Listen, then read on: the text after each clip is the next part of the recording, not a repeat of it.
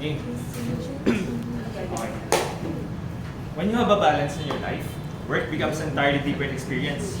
There is a passion that moves you in a whole new level of fulfillment and gratitude. And that's when you can do your best for yourself and for others. Good day, leaders. I'm Alex, the one who always dreamed to become a global coffee master, the one who always persevered in self, and the one who always hardened his passion for service. I always look back on the days started here. They say that history won't repeat itself, so that I adore and cherish working and dreaming together with your partners. Just like the history of this coffee, this pipe is medium roast. This coffee symbolizes the history of the Starbucks. As you can see on this package, there is a number 71. It means 1971. It all started here. And to make this topic extensive and fascinating, partners, I want you to come and to join with me and let us dive into that old history in more detail. The story begins in 1971 along the cobblestone Pipeless Market.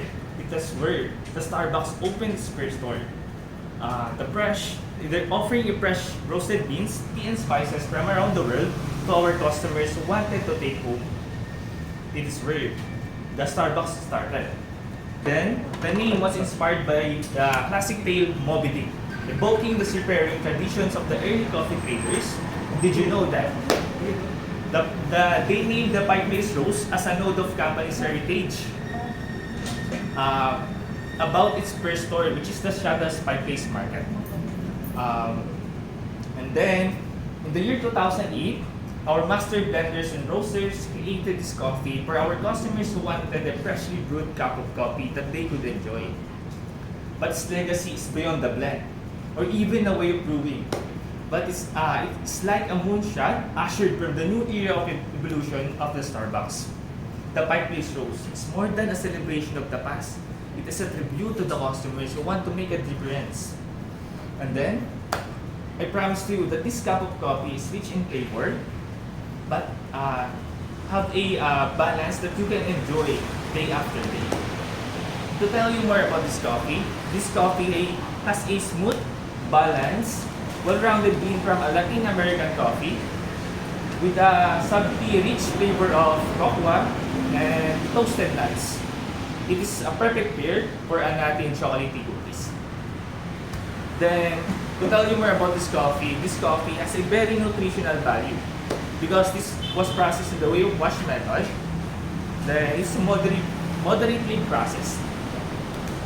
Okay? It is moderately processed with a very low carbon footprint and a moderate carbon footprint. So partners, let us evaluate this coffee by doing the key aspects such as acidity, sweetness, and mouthfeel aftertaste. So before I start, I use French press pala as my brewing method.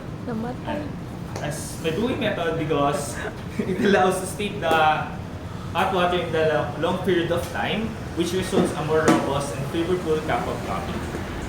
So partners, let's grab this cup of coffee. But before we start that, remember that when the coffee is served at your table, your first sense to be alerted is the sense of smell. Because it's extremely important that the sense of smell has 80% of the taste. So let's grab this cup of coffee and let's smell its aroma. Again. As we smell this aroma, I'm getting a sensation of a hint of cocoa and the toasted marshmallows. Now, let's do the slurp. As we slurp this coffee, our coffee takes in the long liquid, and this way of slurping atomizes the coffee and spray it on your tongue. And let's sure that our palate is cleansed to interference or now let's do slurp. Para makita natin siya.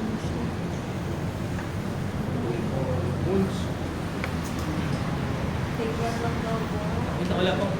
Wala po yung slurp bites dito. Wala pa daw, uy. Wala po yung slurp bites. Aba. Ready ko na. Okay. Okay. Wala kakain mo na. Wala po. Okay. So, now let's do the slurp. As we savor this coffee, I'm getting a nutty flavor of a black May walnuts ano ako. and the medium body that goes in the Paxet. middle of my tongue and the medium acidity. And a taste of cocoa that slightly stays on the back of my tongue.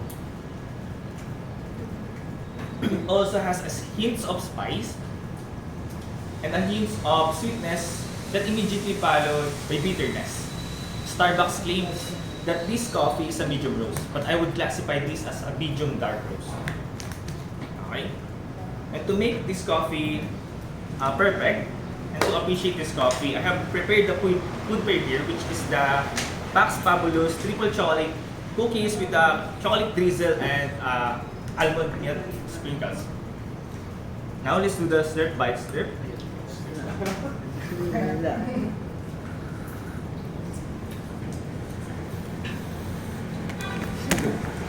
The gratifying taste of the Pax chocolate, Pax chocolate, brings out more the nutty and chocolatey taste of this coffee.